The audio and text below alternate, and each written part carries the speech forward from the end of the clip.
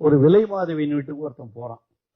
போகும்போது அங்க அந்த அம்மா கேக்குது, நீ பார்த்து நீங்க சைவமா வைணவமா அப்படின்னு கேக்குது.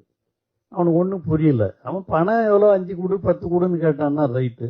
என்னடா இங்க வந்திருக்கிறோம் நாம ஒரு விலை மாத வீட்டுக்கு, நம்மள சைவமா வைணவமான்னு கேக்குறாங்க அப்படின்னு கேட்டான். அந்த அம்மா சொல்லிச்சான், என்னம்மா ஒன்றும் புரியலையே அப்படின்ட்டான்.